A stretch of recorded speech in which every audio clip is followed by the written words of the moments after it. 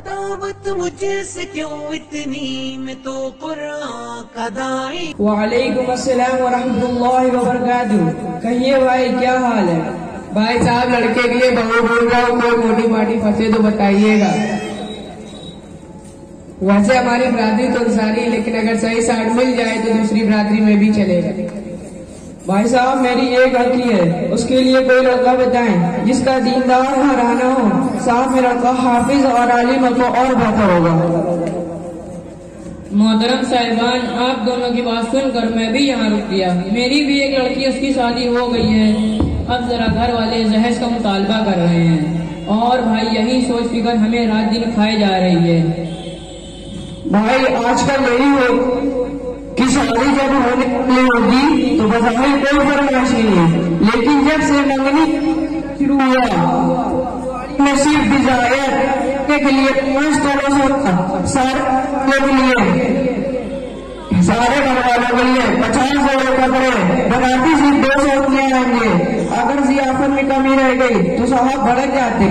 بھائی یہ ہمارے ملک کا رواج ہے، اور یہ اسلامی طریقہ نہیں بلکہ برادران وطن کا شرع ہے۔ منگنی لے لو، مانجھا لے لو، اکٹن لے لو، رجگے میں ڈانس پارٹی، جہیز تلک، یہ سب غیروں کا طریقہ ہے، لیکن آج کا مسلمان مسوڑے والے ذاتوں سے سب پکڑے ہوئے ہیں۔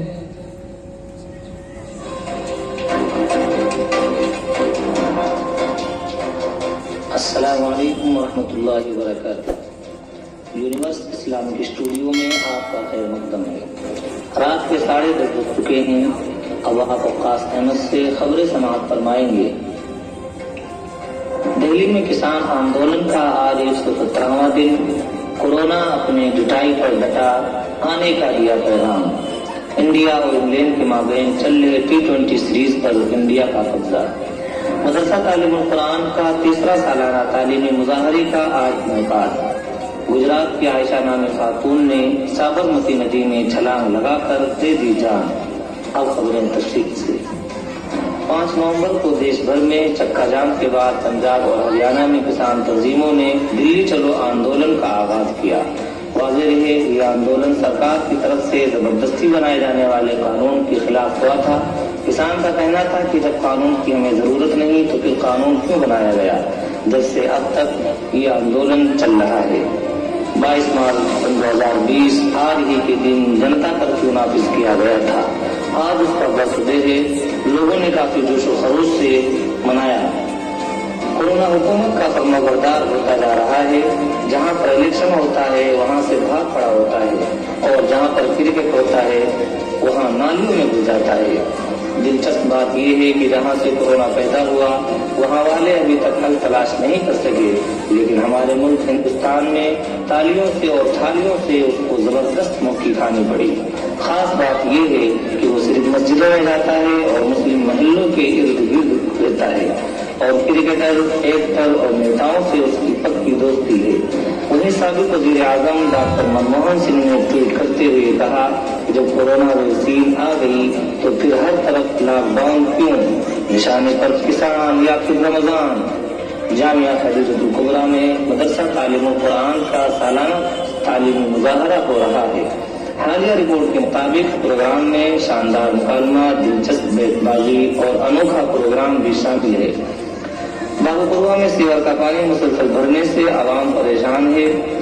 سڑکوں پر پپیتے کی طرح پیلا پانی بہنے سے رنگ، بو، مزہ سب کچھ بدلا جا رہا ہے۔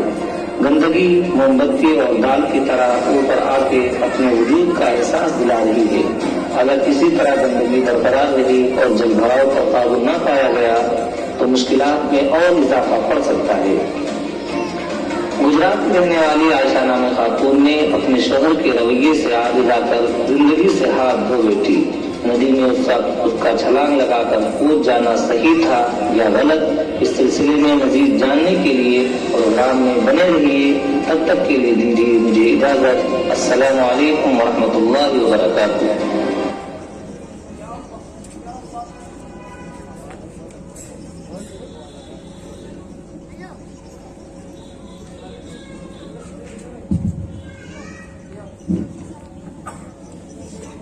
یا اللہ، اس واقعے نے تو ہمارے رونگٹے کھڑے کر دیے۔ اب ہماری لڑکیوں کا کیا حال ہوگا؟